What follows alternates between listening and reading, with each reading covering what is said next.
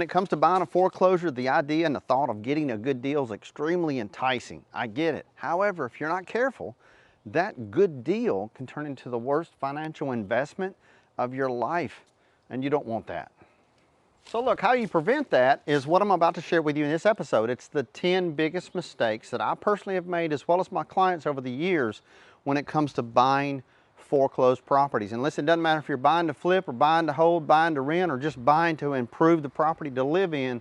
I promise you these 10 mistakes will save you a whole lot of money, a whole lot of stress, and a whole lot of time.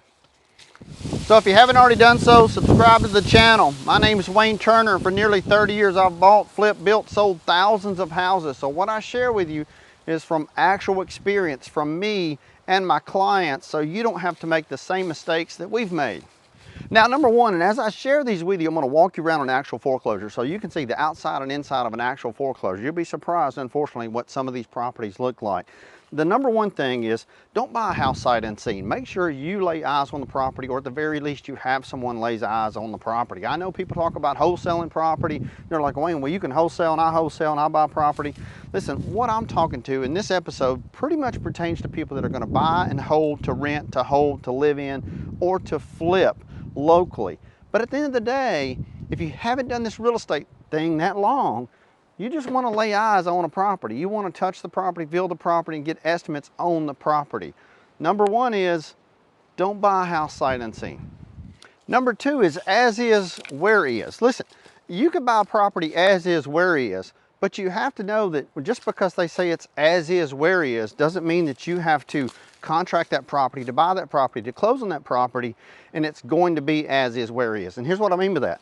You have a due diligence period on all property, even if it's a foreclosure. And that means that you typically have anywhere from 10 to 14 days to do your due diligence and inspections on the property. Now, this does not mean that they will fix anything on the property, but it sure does mean that if you see something that you don't like on that property that you think is going to be a little bit too more expensive or too much trouble for you to tackle, then you can simply cancel the contract and your deposit is returned. So as is, where is means it's basically as is, where is. They're not going to fix anything, but it doesn't mean that you can't do your due diligence and inspection on the property. So just know that anytime you buy a foreclosure, you can have that property inspected, and you do not have to buy it. Your deposit will be returned if you decide not to buy the property during that due diligence period.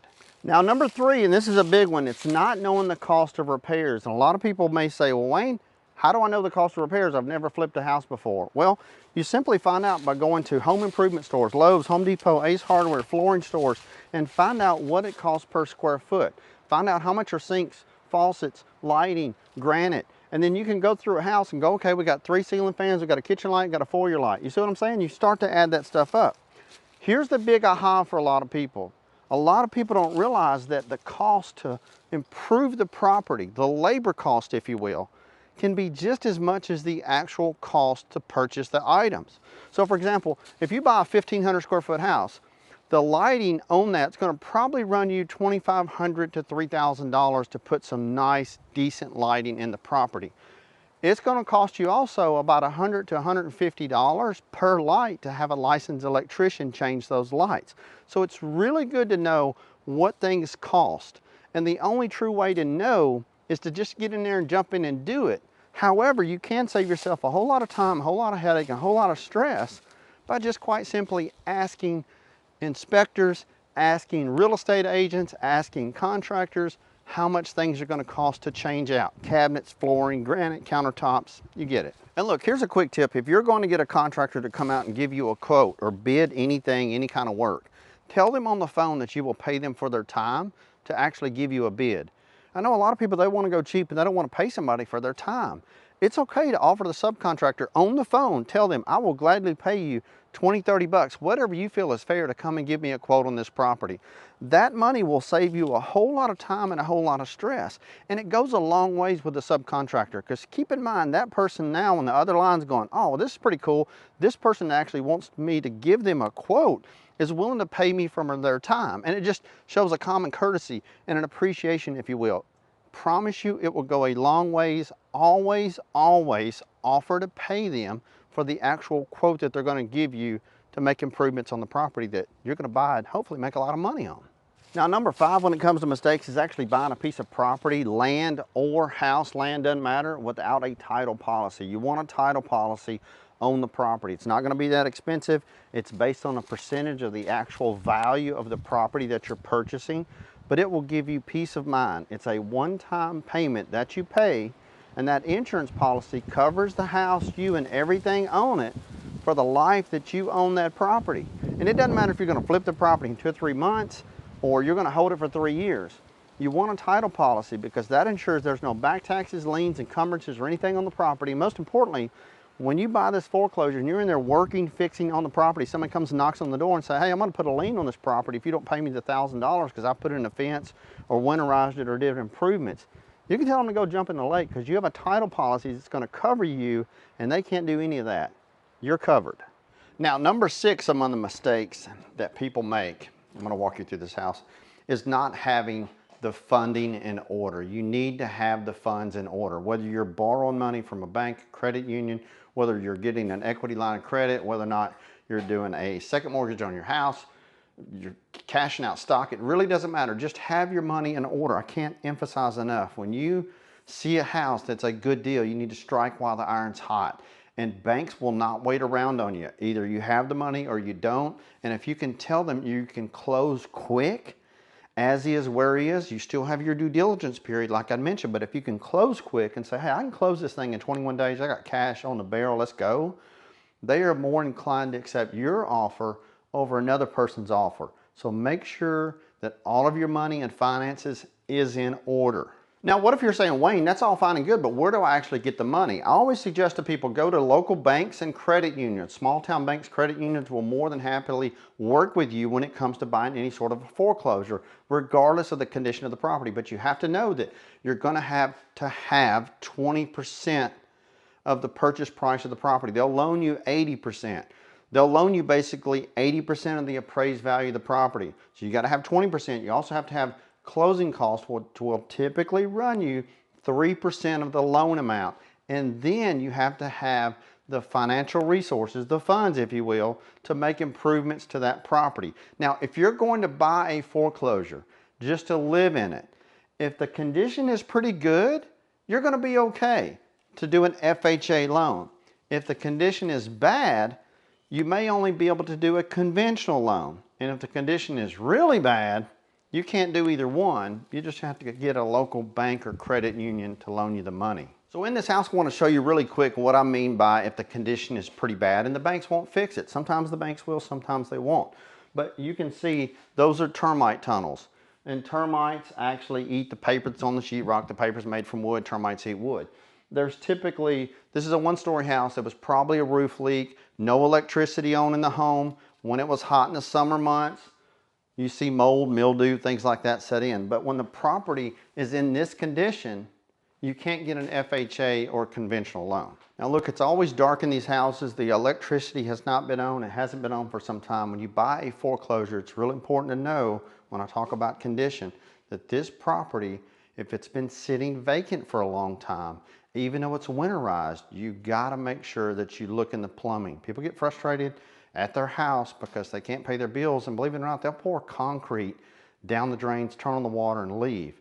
And then you have all this concrete. So could you imagine buying a house that's a slab home where all the plumbing is in the slab of concrete, if you will, and then somebody has poured concrete down the drain?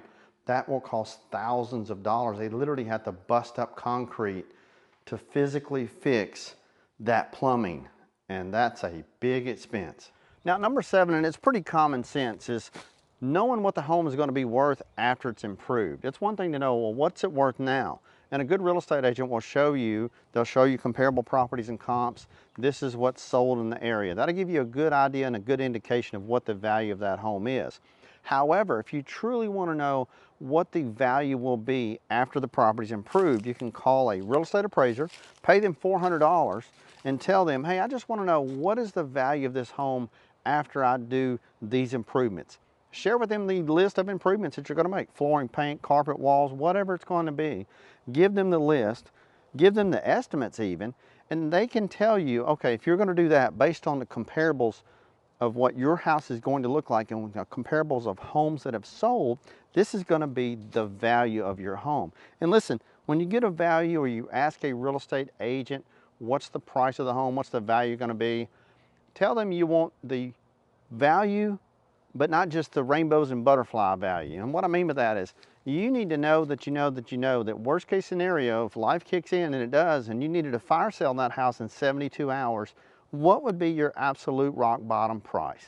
Now, if you're buying a foreclosure to live in, it's a little bit different. You're going to live in the property, and depending on that appraised value and the improvements, you may want to put some nicer things into the property since you're going to live in it yourself. You may want to do a little bit nicer floors, sinks, appliances, paint, whatever it may be, because you now know that improved value. So that can give you kind of a basis to work off of. And two, keep in mind that as long as you live in that home for 2 years, it's considered your personal residence. You can sell that property and you don't have to pay capital gains. You can do that every 2 years if you want to.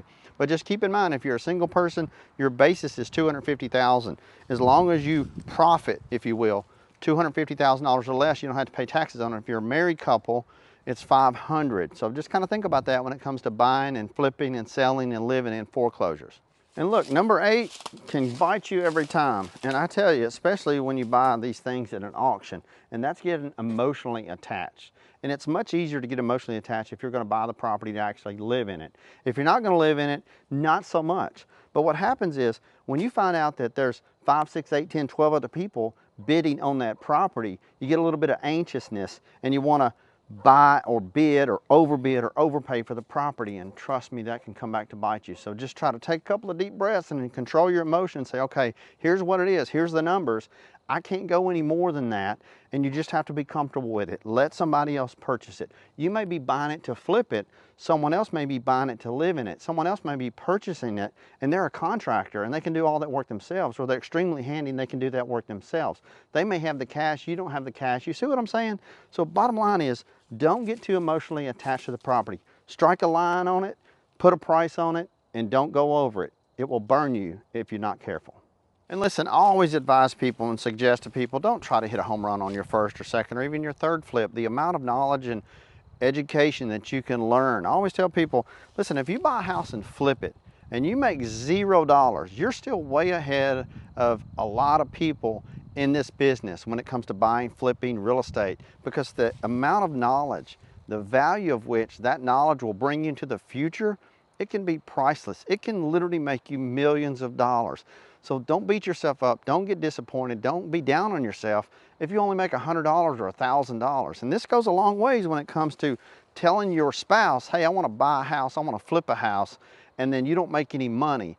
It's important for each of you to know, if you're a married couple or partners or whatever it may be, that if we don't make any money on this, the knowledge and education base that we've learned will go and carry with us decades into the future. Now, number 9, and this goes hand in hand with number 8, and that is not budgeting for overrides. You get emotionally attached, you buy a piece of property, you're looking to make a profit, you want to make money, but you need to budget for overrides. You need to budget for uh-ohs and how did that happen and how did we miss that? If it's going to cost you, or your budget is to spend $30,000 on a property to fix it up to improvement, you need to add 20% to that. That's going to be about $6 grand. So instead of 30, it needs to be 36. And trust me, that way, if there's termites behind the walls that you didn't see and it's going to cost you $2,500 to make those improvements, you're still ahead, if you will, because you've budgeted for those got a minutes, uh-ohs, and we didn't see that. And look, if you're still with me on this video, thank you. I am truly appreciative and grateful. My ultimate goal is to help millions of people so they don't make the same mistake. I love the fact that we can do these episodes and videos and produce all this stuff on social media, and it doesn't cost you, the consumer, anything whatsoever to learn from what I've learned and others have learned over the years when it comes to real estate. So number 10 is flood zones, and it's not just knowing the flood zone, it's knowing what that flood insurance is going to cost. And it's not so much for you as you take ownership in the property. You see, if a house is in flood zone A, it's required by a bank and a mortgage lender, if you will, that flood insurance be put on that property, and it has to stay on that property. This is not like some PMI thing that comes off after a couple of years you get equity. If that property has to have flood insurance, it has to have flood insurance. And it's not so much the cost of which you have to pay. It's not your cost, it's the future buyer's cost. Because think about this, if they have to pay an additional $200, $300, $400 a month because the property's in flood zone A, which is the higher risk of the property flooding, on top of their escrows, their insurance, plus principal and plus interest, it may price them out of the property. They may be okay with buying the property in flood zone A, but unfortunately, you price a whole lot of people out of the property. The second thing is, you may not price people out of the property, but before you take ownership and possession of that property, you need to know what the flood zone is, because everything may look great and just absolutely perfect, but if it's in flood zone A and you're going to limit your buyers, that's also going to limit your value. When you limit your buyers, you limit your value. Values are determined on what other people have sold the properties for, what they've accepted the property for, what they bought the property for, and at the end of the day, everything is fueled by supply and demand. So once again, my name is Wayne Turner. Thank you for watching. If you haven't already done so, subscribe to the channel. Give us a thumbs up. Let me know if you've liked this video, if there's any other videos that you want to see into the future. If you haven't already done so, check out our YouTube channel at WayneTurnerTV.com. We thank you for watching, and God bless.